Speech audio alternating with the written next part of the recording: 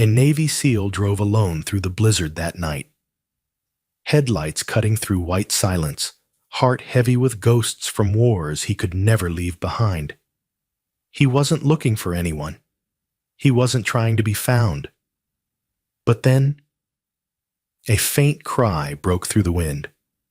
Under a half-buried wooden crate, a tiny German shepherd puppy shivered against the snow, breath fading, eyes barely open. He should have kept driving. He didn't. And that single choice, to stop, would change both of their lives forever. Because sometimes, it's not the soldier who saves the dog. It's the dog who saves the soldier. Before we begin, tell me, where are you watching from? Drop your country in the comments below. Winter had settled deep over the mountains of Helena, Montana, the kind of cold that muted the world into stillness. The pines bent under their burden of snow, and the road cut like a gray scar through the white.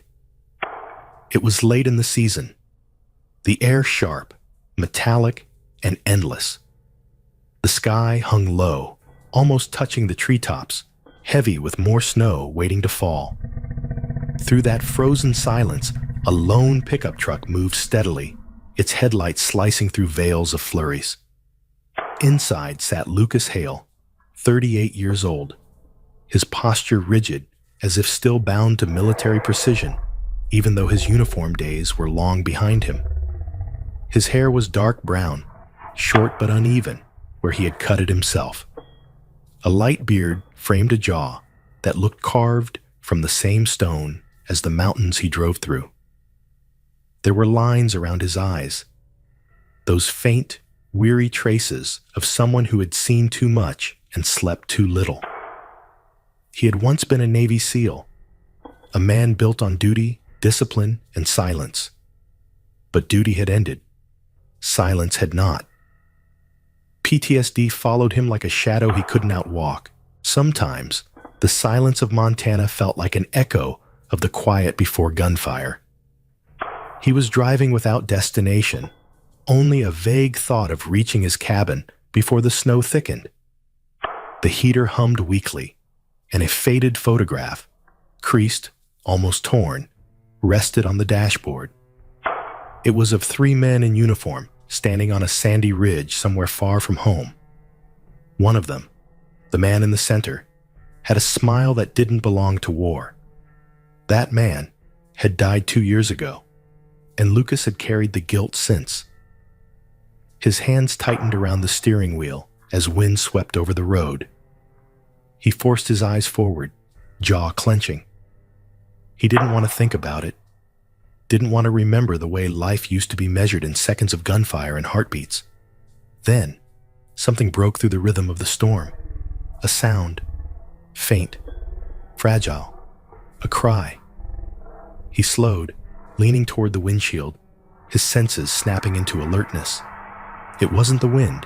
It was too sharp, too alive. The truck rolled to a stop.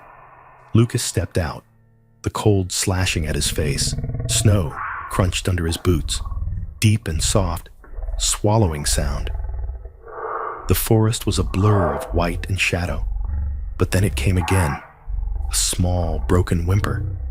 He followed it past the guardrail, down a shallow slope. His breath fogged in front of him, each exhale quick and visible. And there, half buried under a thin sheet of snow, sat a cardboard box wedged against a fallen branch. The top was torn open, edges stiff from ice. Inside, curled tight against the cold, was a German shepherd puppy, no more than 5 weeks old. The pup's fur was black and tan, matted with ice crystals. Its eyes, one brown, one amber, fluttered open weakly as he knelt beside it.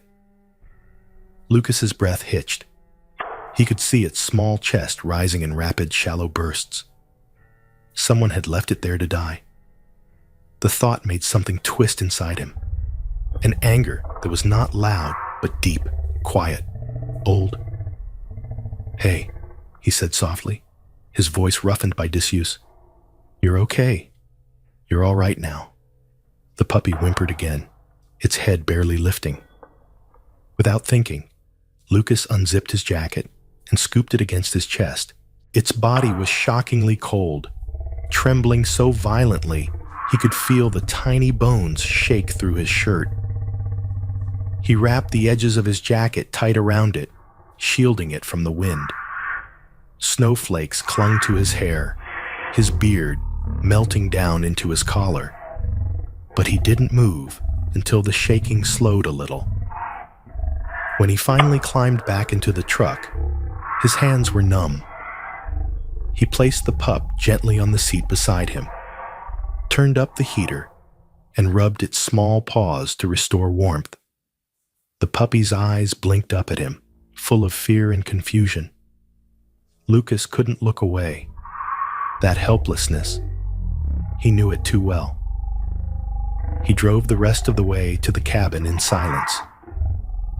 The road wound up through the trees until it ended at a small clearing where his home stood, a weathered log structure tucked between tall firs. The porch light was off. He hadn't left it on for months. There was no one waiting for him. Inside, the cabin was sparse but clean.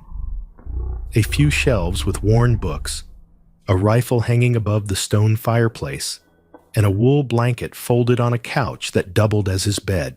He set the puppy on the blanket and hurried to light the fire. It caught slowly, flames licking through the dry logs, filling the room with the scent of pine smoke and warmth. The puppy tried to stand, legs wobbling. It let out a faint bark, a sound so small yet so stubborn that Lucas found himself smiling. A rare, unguarded thing. "You've got fight in you," he murmured. "That's good. You'll need it out here." He poured a little water into a bowl, tore a piece of jerky into smaller bits, and watched as the pup sniffed it cautiously before nibbling. The firelight made its fur gleam gold and black. Lucas crouched beside it, elbows on his knees, studying the fragile creature that had somehow pulled him off the road and out of his own head. "Guess we're both a mess," he said quietly. "You, abandoned in the cold. Me, just trying to remember why I came back." The puppy looked up at him again, a faint tilt of its head as if listening. Lucas reached out, hesitated, then ran his hand along its back. Its fur was still damp, but beneath it was life. Warm, breathing, real. He didn't realize how long he'd been sitting there until the fire burned lower and the snow outside softened into a silent drift. As the puppy curled up beside the hearth, Lucas leaned back against the couch. His body ached from tension he hadn't noticed, from years of carrying memories that didn't belong in peace. He watched the tiny creature's chest rise and fall, and something inside him shifted, barely perceptible but undeniable. For years, he'd tried to outdrive his ghosts, but maybe, just maybe, what he needed wasn't to escape them.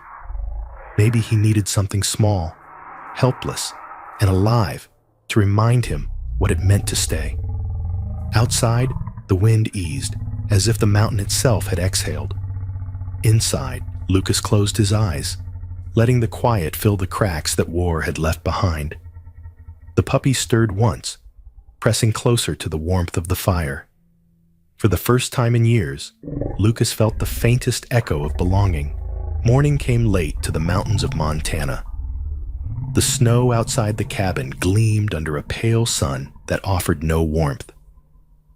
A hush hung over the trees, the kind of stillness that made sound feel out of place. Inside, the faint crackle of embers stirred the quiet. Lucas Hale woke on the couch, the wool blanket tangled around his legs, and the faint smell of smoke in his hair.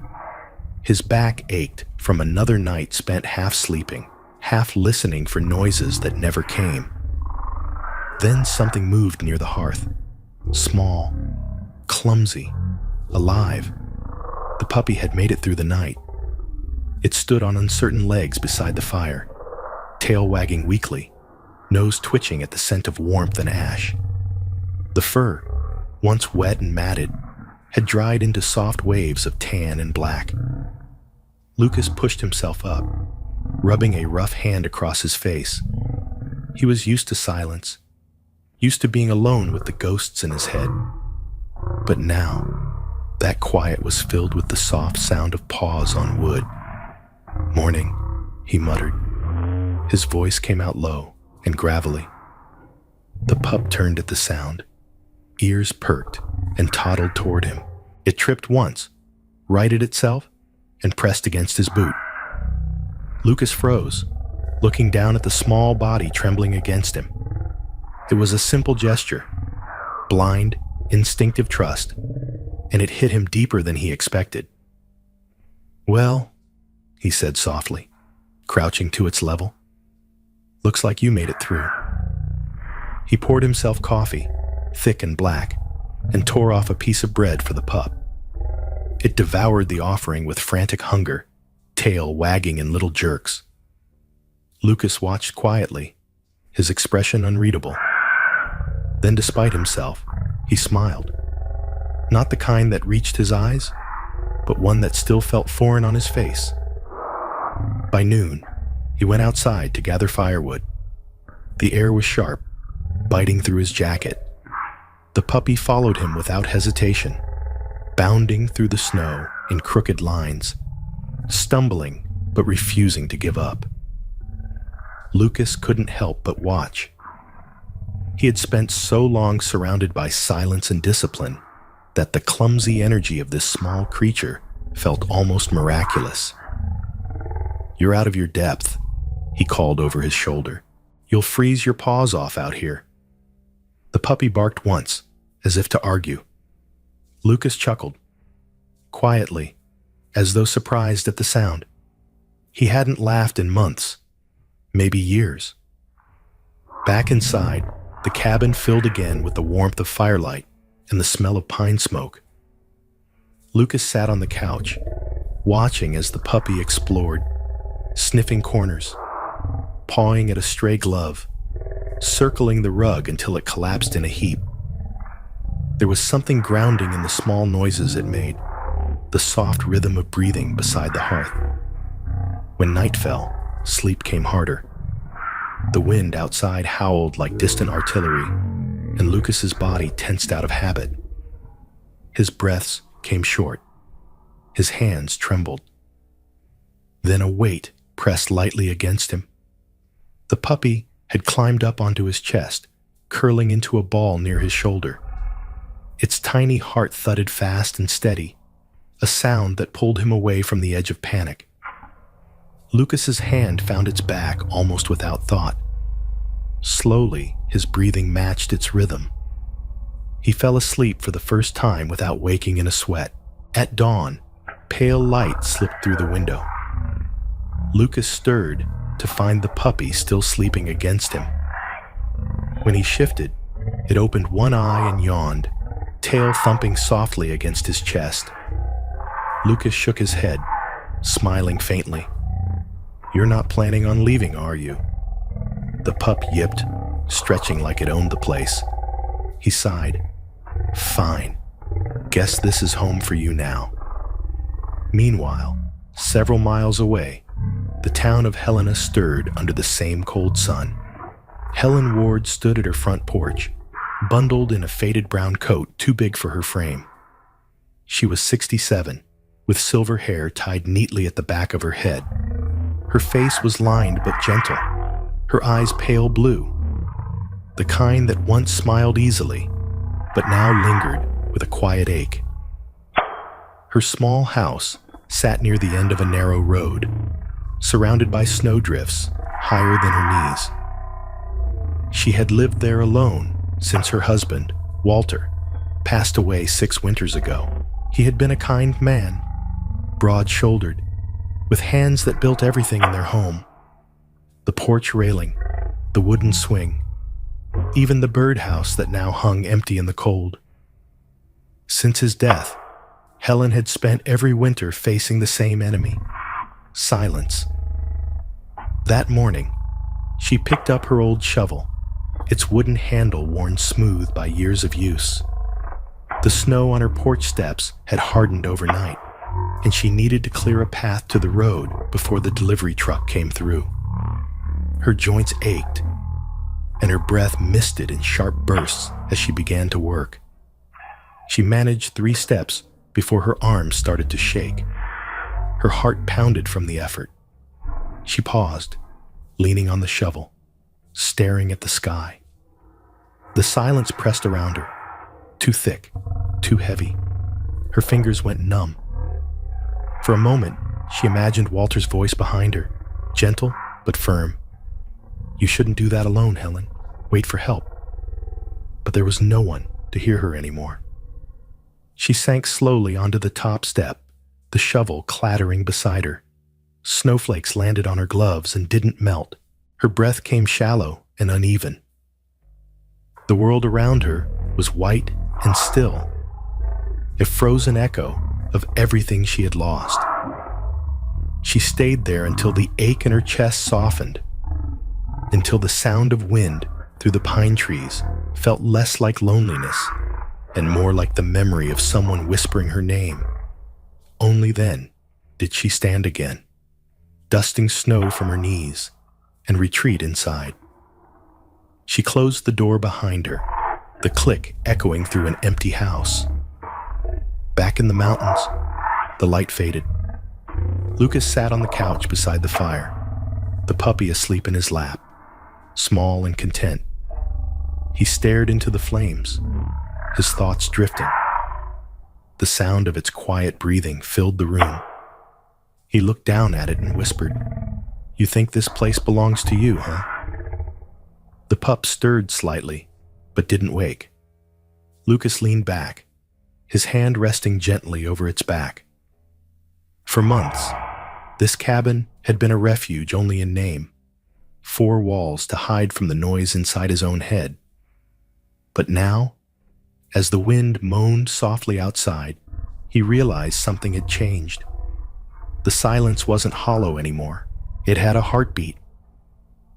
And for the first time in years, so did he. The sun had finally returned to Montana, weak but steady, melting the thin crust of ice that clung to the cabin roof. For days, the snow had sealed Lucas Hale and the puppy inside a world of white.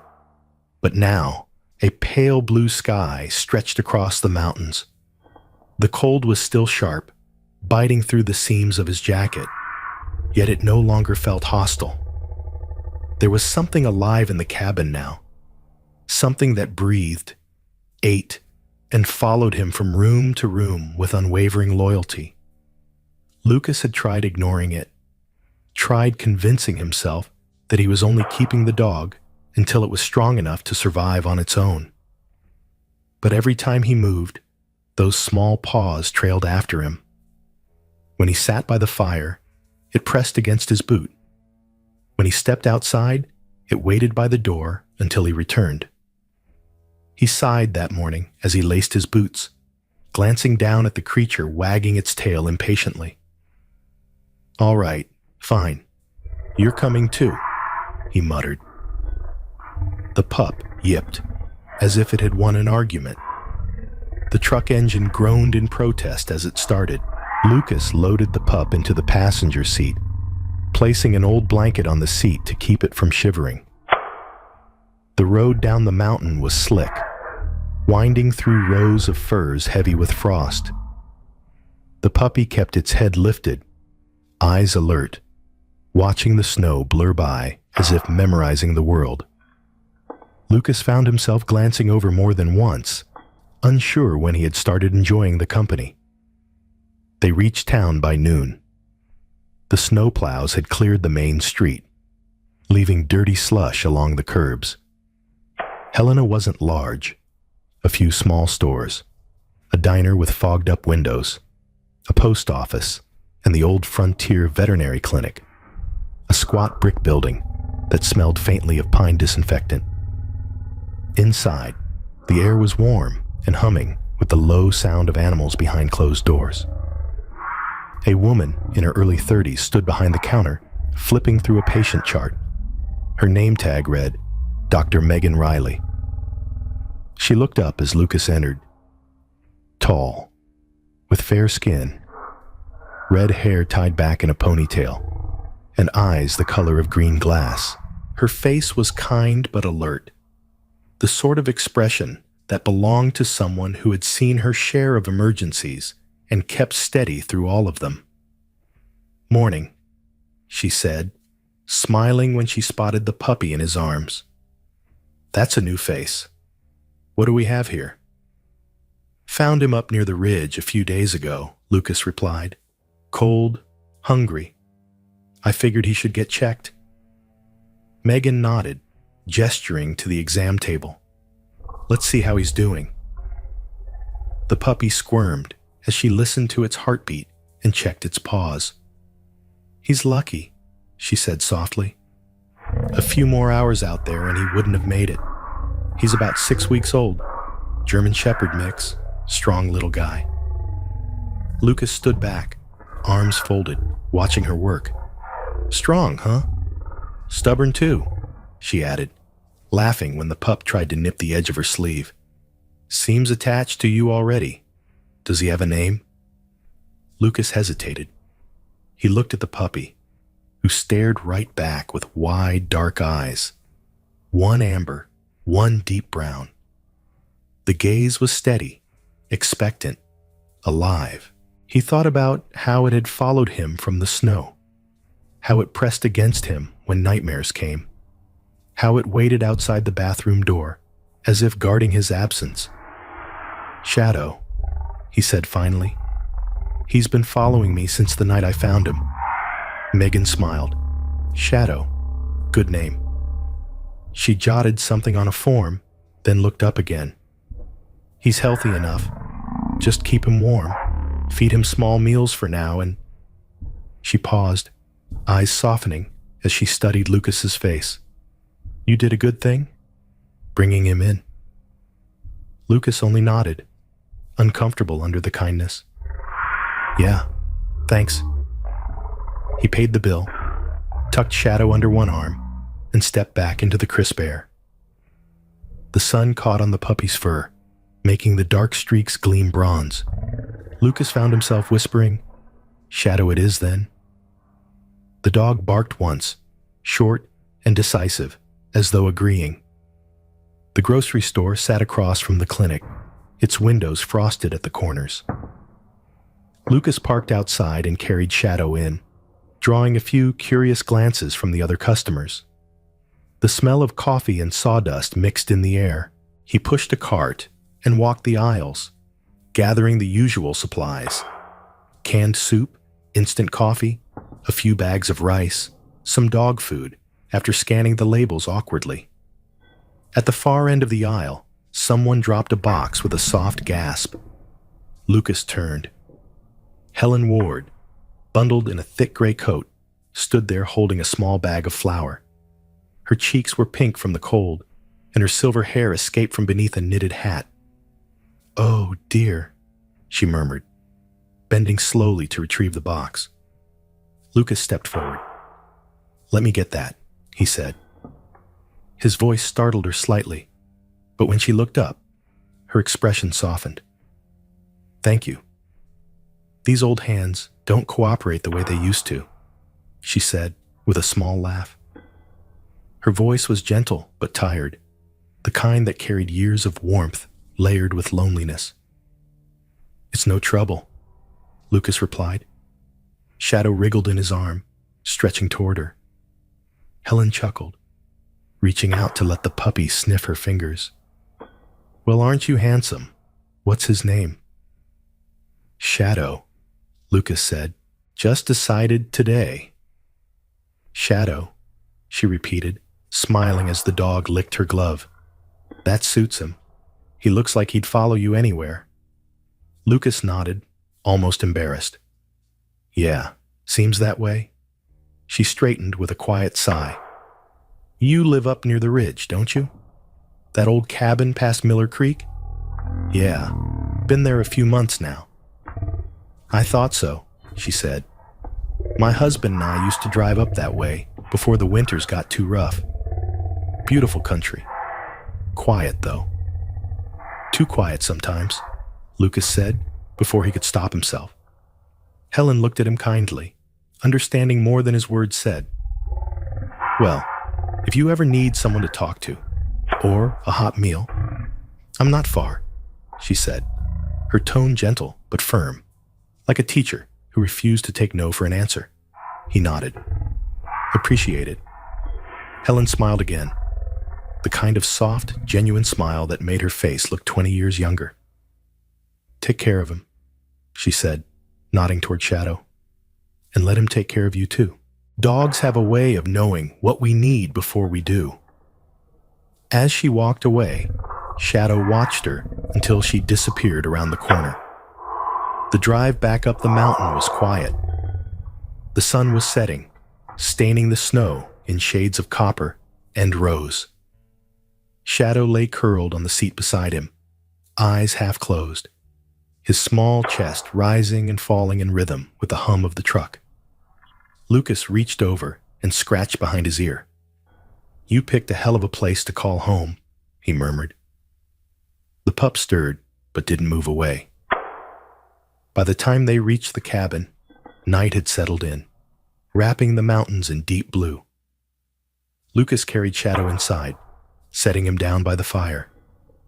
The puppy circled twice before lying down with a sigh. Lucas hung his coat, poured himself coffee, and sat nearby. The firelight reflected in Shadow's eyes, twin points of amber and brown watching him steadily. Lucas leaned back and felt the quiet settle, not the heavy kind that haunted him before, but something gentler. A silence filled with breath, warmth, and the faint sound of paws shifting against wood. For the first time since he'd left the Navy, Lucas didn't feel like he was passing through a place. He felt like he belonged in it. By late afternoon, the color of the Montana sky had turned from dull silver to the dark steel of an approaching storm. The wind swept down from the ridge in restless gusts, scattering snow like powdered glass across the pines. Lucas Hale stood by the window of his cabin, his reflection faint against the thickening storm outside. The temperature had dropped fast, the air pressing against the glass like something alive. He had seen weather like this before, storms that didn't just arrive but devoured. He moved through the cabin, checking the windows, sealing the cracks with old rags.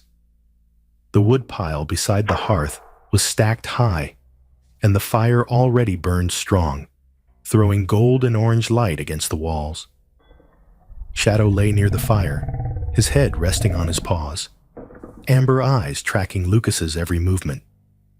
You feel it too, don't you? Lucas muttered, glancing down. The dog lifted his head, ears twitching, then looked toward the door. A low rumble rolled through the valley, the sound of wind meeting rock. Lucas felt it in his chest, the same way he once felt the tremor of incoming artillery. He poured himself coffee from the pot that had been sitting on the stove for hours. It was bitter, metallic, but it kept his hands busy. The storm hit moments later. The first blast of wind rattled the shutters, followed by another, harder. The lights flickered once, before steadying again. Shadow got up and moved closer to him, pressing against his leg. Lucas crouched, rubbing the dog's head. We're fine, he said, though the words didn't sound convincing even to him. The cabin creaked with each gust, as if remembering every winter it had survived. Outside, snow thickened into a white curtain, falling fast and sideways. Visibility dropped to nothing.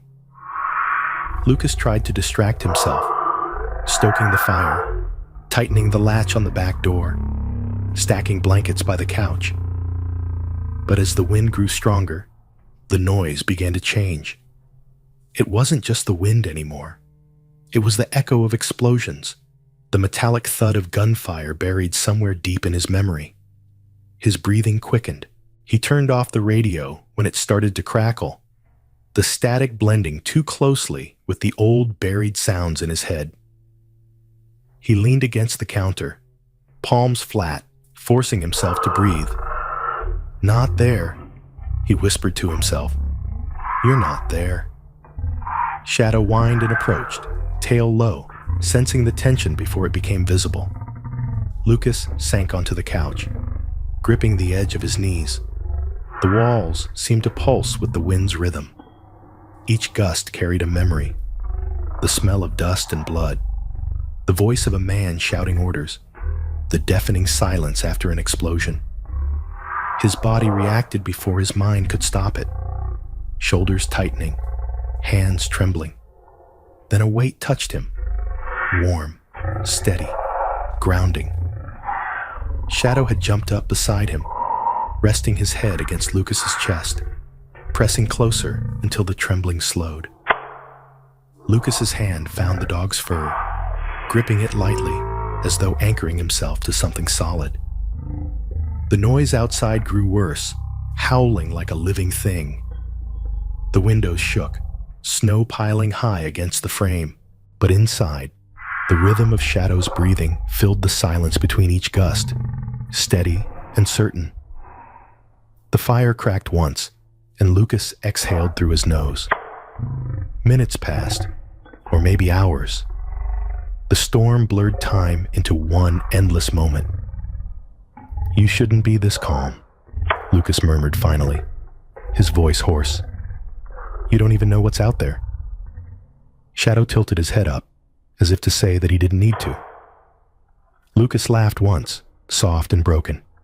"Yeah, you and me both." He stayed like that until exhaustion began to pull him down.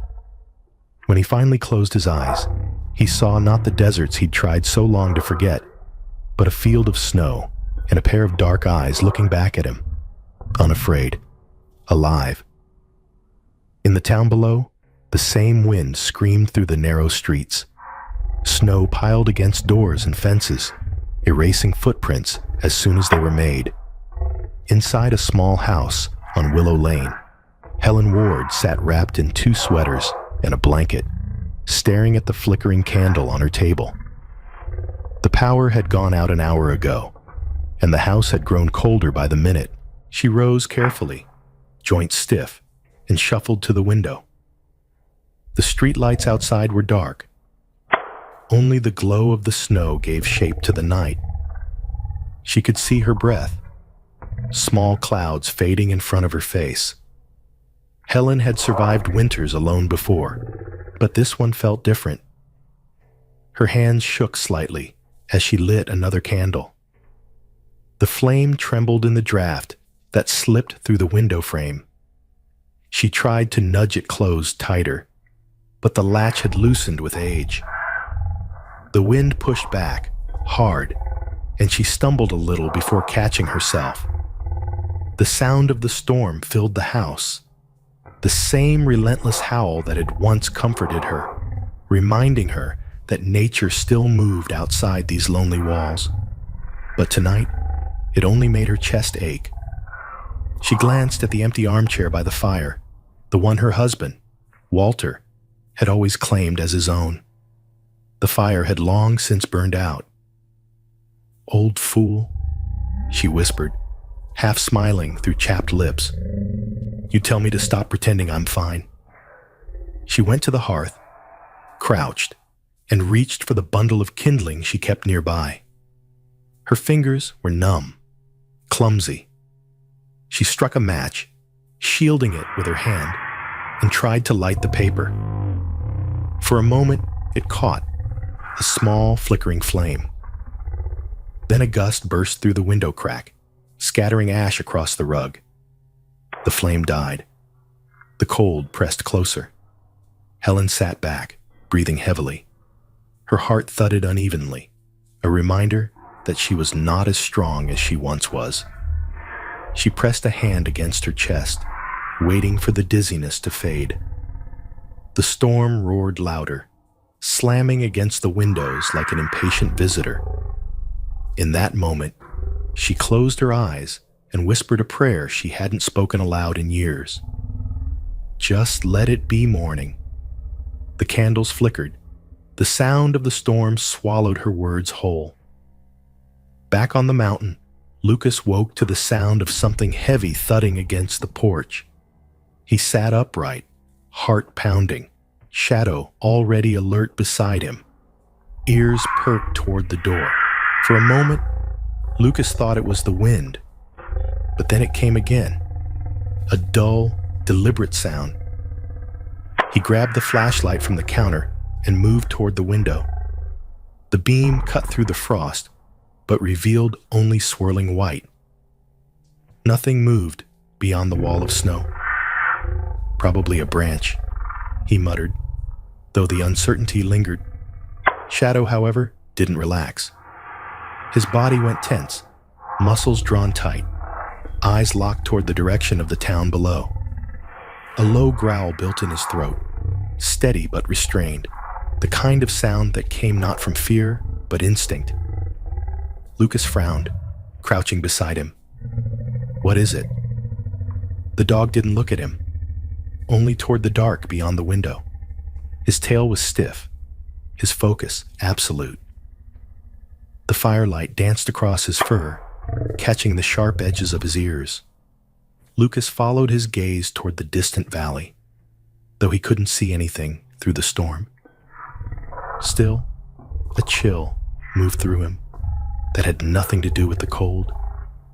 He felt it, that unshakable sense of something wrong, something just out of reach. Shadow's growl deepened, a warning, and then he turned his head toward the door, pressing close to it as if waiting for command.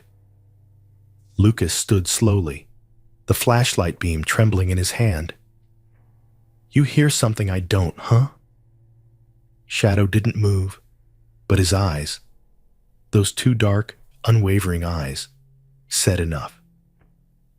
And somewhere below, beneath the endless white, someone else was waiting for help they didn't know was coming. The storm had not broken by morning. It had grown worse, a wall of white that swallowed everything beyond a few feet from the window. The wind screamed through the valley, making the trees groan under their weight of snow. Inside the cabin, the air felt thick with static and anticipation. Lucas Hale stood by the door, one hand resting on the handle, the other clutching a flashlight. Shadow was pacing near the threshold, ears pricked, tail stiff. His body quivered with alert energy, not fear, purpose. Easy, boy, Lucas said, but his voice carried doubt. He hadn't slept much. The storm had battered the cabin all night, and every gust had sounded like the world itself was cracking open. Shadow hadn't rested either. His instincts were locked onto something unseen beyond the walls. Another gust shook the door. Shadow barked once, deep and sharp, then pressed his nose to the crack near the floor. Lucas frowned, kneeling beside him. What is it? The dog looked back at him, eyes intense, amber burning through the half-light, then turned toward the window. The growl in his throat came again, low, insistent. Lucas followed his gaze, but there was nothing beyond the blur of snow. Then, faintly, through the shriek of wind, he thought he heard it. Something different. Not the storm. A cry. He froze. The sound came again, faint but real, carried by the wind, like a whisper through glass. His gut tightened. Shadow barked once more, spinning toward the door. Lucas didn't question it this time. He grabbed his coat, hat, and gloves, his movements quick and mechanical, muscle memory taking over. He zipped the parka, slung the flashlight around his wrist, and shouted over the roar of the wind, "All right, Shadow, show me." He pushed the door open, and the storm hit like a wall. The air burned with cold, searing his lungs. Snow whipped into his face, stinging his skin. Shadow plunged forward into the blizzard, a streak of black and tan against the white.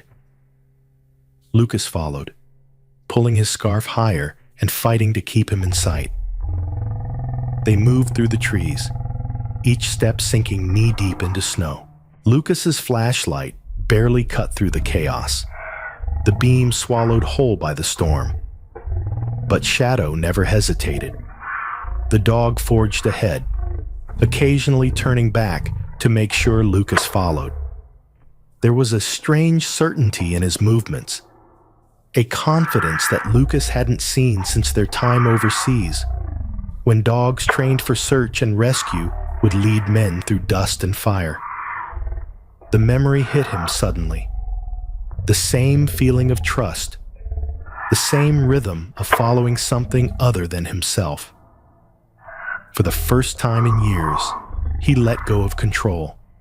They broke through a line of firs, and Shadow stopped, barking toward a shape half buried in snow. A house. The old wooden porch sagged under the weight of ice, the windows dark. Lucas recognized it from the drive into town. Helen Ward's house. Jesus, he muttered, rushing forward. Shadow was already ahead, climbing the porch steps and pawing at the door. Lucas tried the handle, locked. He slammed his shoulder into it once, twice, until the old frame gave way with a sharp crack. Inside, the cold hit him harder than the wind. The fireplace was dead, ashes scattered on the floor. A single candle burned weakly on the table, nearly spent. Then, from the corner of the room, came a faint sound. A cough. "Helen?" Lucas called, his voice echoing in the empty house. A shape stirred near the armchair. Helen Ward, wrapped in 2 blankets, tried to lift her head. Her lips were pale, her skin nearly colorless, and her hands trembled as she reached toward him. "The power went out," she whispered. I couldn't." Lucas dropped to one knee beside her, checking her pulse with a soldier's practiced efficiency. It was there, weak, but steady. "You're all right. You're going to be fine," he said, trying to sound sure. Shadow came up beside her, pressing his body against her leg. She looked down, surprised, her breath catching. "Well, hello there," she whispered faintly, her fingers brushing his fur. "Aren't you brave?" Shadow leaned in closer, resting his head on her lap. The gesture, simple and instinctive, seemed to pull her back from the edge. She exhaled, her breathing slowing. Lucas glanced at the door. They couldn't stay here. Not in this cold. "I'm getting you out," he said, and she didn't argue. He wrapped one of her blankets tighter, lifting her gently. She was lighter than he expected, fragile, bones like twigs under too many winters. Her gray hair brushed against his shoulder as he stood. The trip back was worse. The storm had grown stronger, a roaring curtain that erased the world. Lucas moved slowly, each step deliberate, the old woman's faint breaths muffled against his coat. Shadow stayed close, circling them, his instincts sharp, his pace unyielding. When Lucas stumbled, Shadow nudged his leg, guiding him forward through the blur. More than once, Lucas thought they wouldn't make it. His muscles screamed, his lungs burned. The weight of her body, though light, felt immense under the crushing cold. But every time he faltered, he saw Shadow ahead, pushing through, turning back as if to remind him, "Don't stop." By the time the cabin appeared through the snow, Lucas could barely feel his hands. The faint orange glow of firelight spilled from the window, a beacon in the white void. He pushed the door open with his shoulder and stumbled inside. The warmth hit like a wave. He set Helen down gently on the couch near the hearth. Shadow circled once, then lay down beside her, his body pressed against hers. Helen opened her eyes again, the firelight reflecting in them.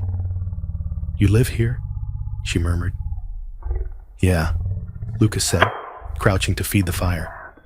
"You're safe now." She smiled faintly, her voice barely audible. "You shouldn't have come in that storm." Lucas didn't look up. "You weren't supposed to be out there alone."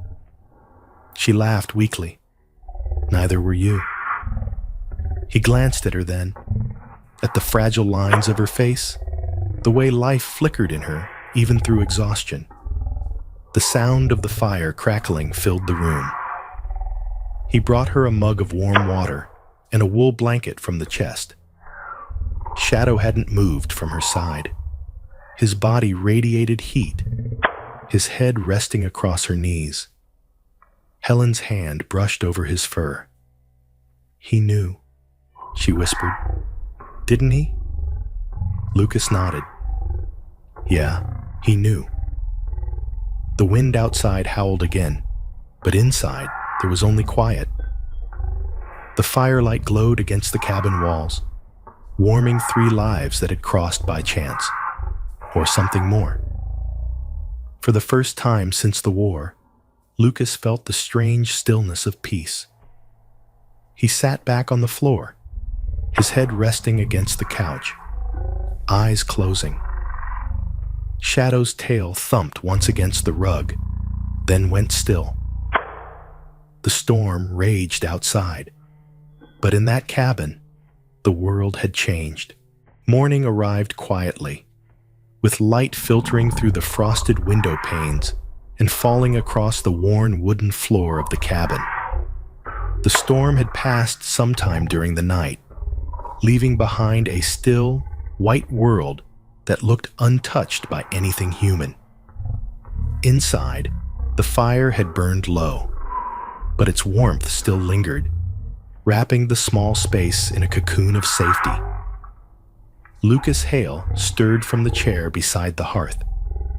His body ached from exhaustion, but the tension that usually lived in his chest was softer now, quieter. On the couch near the fire, Helen Ward was still asleep, wrapped in thick blankets. Her silver hair lay fanned across the pillow, her cheeks no longer pale with cold, but flushed gently with life. Beside her, Shadow was curled in a tight ball, one paw resting protectively over the edge of her blanket. Every so often, his tail twitched, and he gave a soft sigh in his sleep.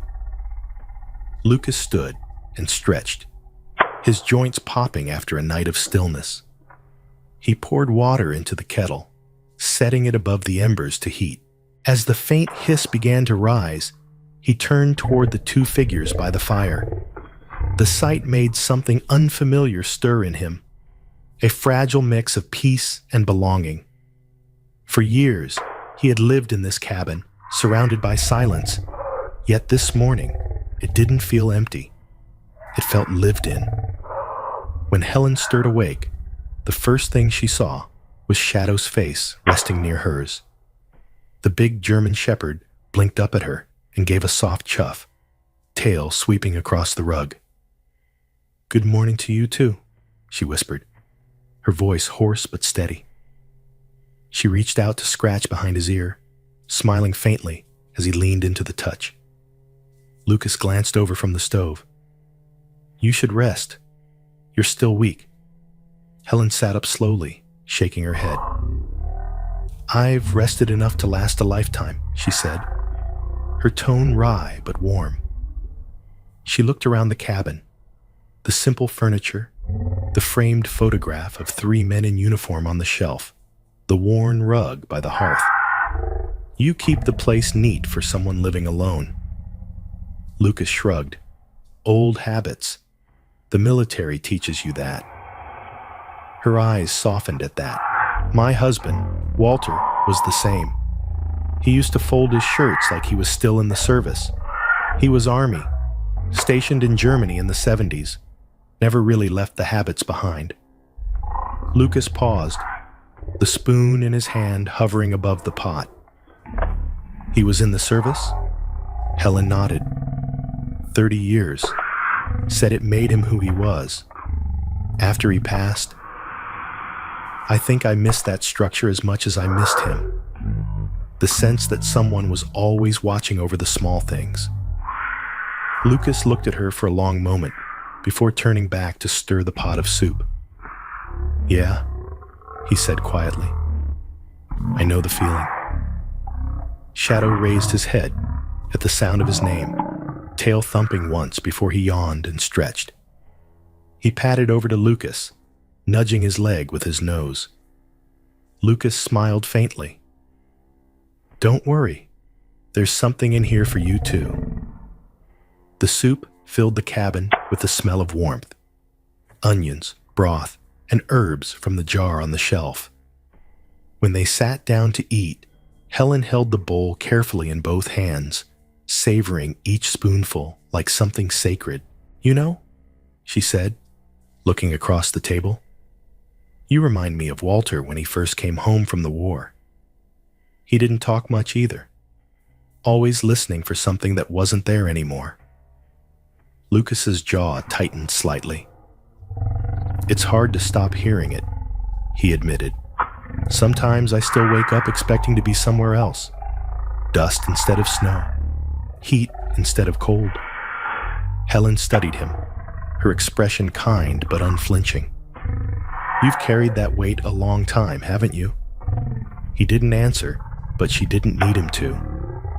Shadow came to rest beside his chair, pressing his head against Lucas's knee. Lucas reached down automatically, fingers brushing through the dog's thick fur. The simple contact grounded him, like an anchor against memories that still drifted too close. That evening, the three of them sat by the fire. The storm outside had quieted into a whisper. The world softened under layers of white. Helen knitted from a small ball of yarn she found in her bag, the rhythmic click of the needles blending with the crackle of the fire. Lucas sat near the window, patching a torn glove, his movement slow, deliberate. Shadow lay stretched out between them, his body a bridge of warmth in the middle of the room. As the hours passed, conversation came in small pieces, stories traded gently, like fragile things neither wanted to break. Helen spoke of her husband's laugh, the way he used to hum while fixing the car. Lucas listened, his face unreadable, though something in his eyes had softened. When she asked about his time in service, he hesitated but didn't turn away. "Afghanistan," he said finally. "2 tours. Lost some good men. Lost more than that." Helen nodded, her knitting slowing. "You came back, though. Sometimes it doesn't feel like it," he murmured. Shadow shifted then, moving closer to Lucas, his head resting against his foot. The warmth through the fabric of his sock was small but steady. Lucas reached down, scratching between the dog's ears.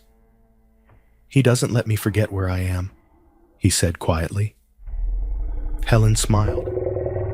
"That's what they do. They remind us of the simple things. Breathing, warmth, the sound of the fire." As night fell, the wind began to rise again, though not with the same fury as before. Lucas added more wood to the fire and looked toward the couch. "You should get some sleep," he said. Helen nodded, but didn't move. "Only if you do too," she replied. He gave a small laugh. "Haven't been good at that lately." But she didn't argue. She simply lay down again, pulling the blanket higher. Shadow left Lucas's side to settle near her, pressing his back against the couch and resting his chin on the edge. Within minutes, Helen was asleep, her breathing soft and even. The cabin dimmed as the firelight flickered low. Lucas leaned back in the chair, staring into the flames. The crackle of burning wood reminded him of something distant, not the sound of gunfire, but of campfires shared with brothers long gone. His body tensed, a shadow crossing his face. He drifted half into sleep. Then came the dream, the one that always came. The sudden flash, the deafening noise, the moment before everything turned red. He jerked awake with a start, breath coming fast. His hands were clenched so tightly they ached. Then a soft sound, the familiar padding of paws. Shadow climbed onto the edge of his chair, curling into the space beside him. The warmth pressed against his ribs, grounding him back in the present. Lucas exhaled slowly, one hand finding the dog's back. Helen, half awake, watched from the couch through heavy eyes. She saw the man who had once been unshakable sitting in the dim light, steadying himself through the heartbeat of an animal that had chosen him without question. Her gaze softened. She whispered to herself, almost like a prayer, "That dog's not just saving him. He's teaching him to live again." When morning came, sunlight poured into the cabin, golden and soft. Helen was still asleep. Shadow snored quietly by the hearth. And Lucas, for the first time in years, had slept through the night without waking to the ghosts that once chased him. The snow outside was beginning to lose its edge. The once cruel wind had softened into a lazy drift, and icicles that had hung from the roof now dripped in slow, steady rhythm. For the first time in weeks, the light streaming through the cabin window felt gentle rather than distant. Lucas Hale stood on the porch, sleeves rolled up, a hammer in his hand. The air still bit at his skin, but it was a different kind of cold, clean, alive.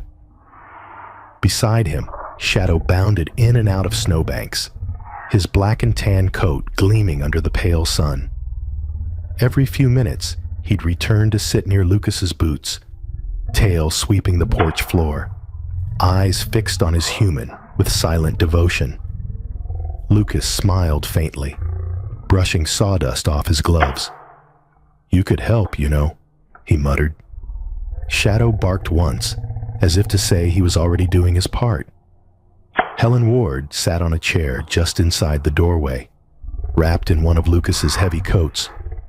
Her face, once pale and tired from the storm, had regained its color.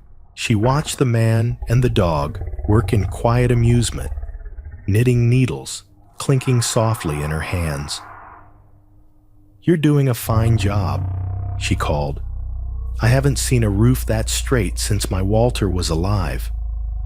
Lucas looked over his shoulder and chuckled. "Guess that's as close to a compliment as I'll get." She grinned. "Don't let it go to your head." It had been 5 days since the storm, and the world outside had begun to heal. So had the people inside. Lucas had insisted on fixing the damaged porch roof before another snowfall. Helen had protested at first. Her pride wouldn't let her sit idle, but he'd won the argument easily. She was strong in spirit, but her frail hands trembled when she lifted even a kettle. "Here," Lucas said, pointing to the edge of the roof. "The beam's cracked. I'll need to reinforce it." "Walter used to say a cabin's only as good as its corners," Helen said, her eyes distant but warm. "He built ours himself, you know. Spent a summer hammering and cursing. But by the time winter came, we had a home, the kind that could hold laughter." Lucas paused, resting the hammer against his leg. The words struck him in a quiet way. A home that could hold laughter. He couldn't remember the last time his walls had echoed with anything but silence. By noon, the work was done. The new beam stood firm, the roof straight and sturdy again. Lucas climbed down the ladder, dusting snow off his shoulders. "That should keep you dry next time it decides to blow the world apart," he said. Helen smiled, eyes glinting with gratitude. "You've done more than fix a roof, Lucas Hale." He looked away, uncomfortable under the kindness. "It's just wooden nails, ma'am." "Maybe to you," she said softly, But to some of us, that's what keeps the cold from getting in. Shadow trotted over, carrying something in his mouth. A glove Lucas had dropped earlier. He set it at Lucas's feet and looked up expectantly. Lucas crouched to scratch behind his ears. Good boy, always watching my back. The moment lingered. 3 lives sharing the same space, bound by warmth that had nothing to do with fire. That afternoon, Helen insisted on repaying the favor in her own way. "You've been living on canned soup and coffee long enough," she said, standing at the counter with determination. "It's time you learned something better." Lucas raised an eyebrow. "You're going to teach me to cook?" "Not just cook," she corrected. "Bake, apple pie, the proper way." He laughed quietly. "That might be above my skill level." "You handled a storm, soldier. You can handle pie crust." Shadow seemed to agree, wagging his tail and settling under the counter, eyes fixed on the counter where apples gleamed red and gold. Helen worked slowly, her fingers sure, even if her movements lacked the strength they once had. Her hands, wrinkled and thin, still carried grace, each motion deliberate, measured. Lucas followed her instructions awkwardly, peeling apples that refused to cooperate. "You make it look easy," he grumbled. "Life's the same way," Helen said. "It only looks easy when you've already done the hard parts." He smiled, shaking his head. "You sound like my old commander." She chuckled. Then he must have been a smart man. As they worked, the cabin filled with the smell of butter and cinnamon. Shadow lay at Helen's feet, eyes half closed, nose twitching at every scent. Occasionally, he lifted his head, resting it gently against her knee, as if to ask when it would be ready. When Lucas slid the pie into the small oven, Helen leaned back in her chair with a sigh. "You know," she said softly, "it's been years since I heard this sound." "What sound?" "This," she said, gesturing around. "The sound of someone talking. The sound of something baking. The sound of life happening." Lucas paused, glancing toward the oven where the crust had begun to rise. The air was thick with warmth and laughter. "Guess it's about time this place remembered what that feels like." She smiled, her eyes bright. "You might be right." When the pie was ready, the golden crust gleamed in the firelight. Lucas cut 2 uneven slices, one for Helen, one for himself, and set a third, smaller piece on the floor for Shadow. The dog sniffed it, looked up for permission, then devoured it in one bite. Both humans laughed. "Looks like you've got approval from the toughest critic in the house," Helen said. Lucas leaned back, the corners of his mouth lifting. "Then I'll take that as a victory." For a while, they simply sat in silence, listening to the faint hiss of melting snow outside. The cabin no longer felt like a shelter from the world. It felt like part of it. That evening, as the sun dipped behind the ridge, a soft pink glow spread across the snow. Lucas stepped outside to bring in more firewood. Helen watched him from the doorway, the light catching in her silver hair. Shadow bounded beside him, leaving paw prints in the snow. When he came back in, Helen was staring into the fire, her expression far away. "I used to think my life was finished," she said suddenly. "That after Walter passed, all the color went with him." She turned toward Lucas, her eyes shimmering. "But it's strange, isn't it? How warmth finds its way back, even in the coldest places." Lucas didn't answer right away. He looked down at Shadow, who had come to rest by Helen's chair again, tail flicking lazily. "Maybe it never really leaves," he said quietly. "Maybe we just forget how to see it." She nodded slowly, smiling through the emotion. "Maybe so." The fire popped, sending sparks upward.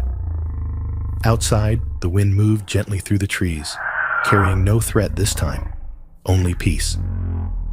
Helen reached down to stroke Shadow's fur, her hand trembling slightly. "You've got a good heart, Lucas Hale," she said softly. "And this little one, he's proof that life always finds a way to heal." Lucas looked at her, the weight of her words settling in. He didn't have an answer. He didn't need one. The warmth in the room spoke for them both. That night, Helen lay awake a little longer than usual, listening to the sound of Shadow breathing near the fire and the faint rhythm of Lucas's movements in the kitchen. The house felt alive again, and so did she. For the first time in years, she didn't dread the sound of tomorrow. The last snow of the season came softly, falling in lazy spirals that melted the moment they touched the ground. Winter had lost its sharpness, replaced by the tender air of early spring. The pines around the cabin still wore streaks of white, but the earth beneath them had begun to show again, brown and alive. Inside the cabin, the rhythm of life had settled into something peaceful, almost ordinary. Lucas Hale sat on the worn sofa near the fire, his boots kicked off, a faint smile tugging at the corner of his mouth. Across from him, Shadow rested with his head on Lucas's knee, his once puppy frame now filled out into the muscular strength of a grown German shepherd. His fur gleamed under the warm light, deep black along the spine, fading to soft tan near his paws. The scar above his left eye, a mark from a tumble during their first hike together, gave him a look of quiet courage. Lucas's hand moved absently through Shadow's fur. "You've gotten big," he murmured, not sure when that happened. Shadow blinked up at him, tail thumping gently against the floor. Helen Ward's voice came from the kitchen. "They grow faster than we're ready for," she said, her tone laced with amusement. She was making tea, moving with the slow confidence of someone who had grown used to the space. Her once frail figure had gained back a bit of its old strength. Though her silver hair still carried the faint halo of age, her face had color again, and her steps, though cautious, were steady. Lucas leaned back, listening to the kettle whistle. "He's more than just a dog now," he said quietly. "Feels like he knows what I'm thinking before I do." Helen smiled, setting 2 cups on the table. "He does. Some creatures don't need words to understand love." Shadow stretched, rising to his feet and padding toward Helen. He nudged her leg, earning a chuckle. "And some," she added, reaching down to rub his ear. "Know exactly where to find food." They shared tea in the living room, sunlight pooling through the windows. The world outside was waking, birdsong weaving faintly through the wind, drops of snowmelt ticking down the roof. It was the kind of day that carried the promise of something new. "You ever think about leaving this place?" Helen asked after a moment, stirring her cup. Lucas glanced toward the window, the distant outline of the mountains visible through the glass. "I used to," he admitted. "Thought I'd move south, start over, but..." He paused, looking at Shadow, who had returned to lie at his feet. "Now, I think I already did." Helen nodded, her eyes glinting with quiet understanding. "You made a home, Lucas. Not everyone gets to do that twice." That Sunday, the first real warmth of spring reached the valley. The snow finally broke, giving way to muddy ground and the faint scent of pine needles. Helen's small cottage in town had been repaired, but she still kept her weekends open for visits. Every Sunday afternoon, Lucas and Shadow made the familiar drive down the ridge road, the truck's tires kicking up slush and melting ice. At Helen's house, sunlight streamed through lace curtains. The place had come alive again. Potted plants lined the windowsills, and the smell of baked bread filled the air. Helen's neighbor, Mr. Jensen, a thin, stooped man in his late 70s, with a thick gray mustache and a wool cap always tilted askew, stopped by that morning to drop off some firewood. He had lived next door to Helen for 20 years, the kind of man who believed kindness should be practical. "Don't let the young fella do all the heavy lifting," he said with a grin as Lucas unloaded the last of the logs. "I'll try not to," Lucas replied, shaking his hand. Mr. Jensen's grip was firm, his skin weathered and warm from years of labor. He gave Shadow a brief nod. "Good dog," he said approvingly, before wandering off down the street, whistling to himself. Inside, Helen was already setting out plates. "I hope you're hungry," she said. "It's not every Sunday I get to cook for a soldier and a hero."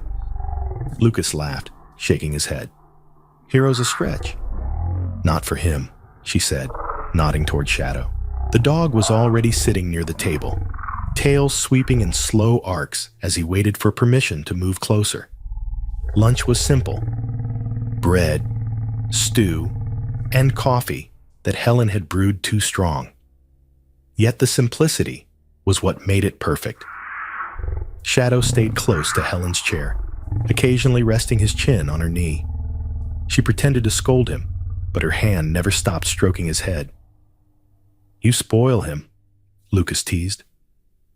"I spoil anyone who listens when I talk," she replied, smiling. "You two are rare company." After they ate, Helen settled into her armchair by the window, a worn book in her lap. The afternoon sun turned the room golden. Shadow curled up on the rug beside her feet, sighing contentedly. Lucas sat nearby, his posture relaxed in a way it hadn't been for years. Helen began reading aloud, her voice calm and steady, the kind of voice that had once soothed generations of children in the classroom. Time drifted quietly. The light faded from gold to amber, and the only sounds were the turn of a page, the pop of the fire, and Shadow's soft breathing. Lucas glanced around. The old furniture, the smell of apple pie cooling on the sill, Helen's voice carrying softly over the crackle of wood.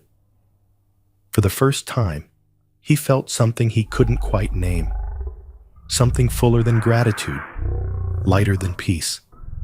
It was belonging. When Helen finished reading, she closed the book and looked at them both.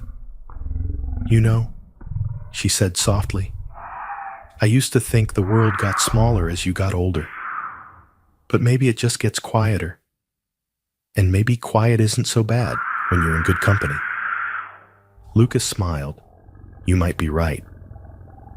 As the months slipped forward, spring began to unfurl across the valley. The snow vanished completely, leaving patches of green where the first flowers pushed through. Lucas spent his mornings fixing the fence behind the cabin, Shadow trotting alongside him with every swing of the hammer. Helen visited often, bringing baskets of bread or jars of preserves. The days fell into a rhythm that felt almost sacred. Work, companionship, laughter. Lucas no longer flinched at the crack of thunder or the echo of wind. The ghosts that had haunted his nights were quieter now, replaced by the steady presence of a dog who refused to leave his side, and a woman who reminded him that even the broken could build again. One late afternoon, as light slanted through the cabin window, Helen sat in her usual chair with a cup of tea. Shadow lay near the hearth, eyes half closed, his breathing slow and even. Lucas was stretched out on the sofa, one hand resting absently on the dog's back. Helen looked at them, her smile soft and knowing. "Soy bochahe jantim jung noi, chituch veroi," she said with a gentle laugh. Lucas didn't understand the words she whispered under her breath, but he caught the meaning in her eyes. He smiled, leaning back. "Yeah," he murmured. "We did." The fire crackled, Shadow's tail thumped once against the floor, and outside, the world breathed. Calm, forgiving, alive. When winter turned to spring, and the snow melted from the eaves, the story of Lucas, Helen, and Shadow became something more than survival. It became a quiet testimony to the way grace finds us when we least expect it. Some people call it luck, others, coincidence. But those who have walked through storms and still find warmth waiting on the other side know the truth. It's something higher. It's the kind of miracle only God can weave between broken lives. Because sometimes, God doesn't send lightning or thunder to remind us He's near. Sometimes, He sends a loyal dog, a stranger's kindness, or a moment of peace after years of pain. He restores us not with grand gestures, but with small mercies. The sound of laughter in a once empty home, the touch of a hand that steadies us, the quiet certainty that we are not alone. If you believe that every life can find its way back to light, share this story. Leave a comment about the miracle that found you. Subscribe to stay with us on the next journey of hope, love, and faith. And tonight, before you rest, take a moment to thank the Lord for every storm He's carried you through, and every soul He's placed in your path to remind you that His love never leaves. May God bless you, keep you safe, and warm your heart the way He warmed theirs.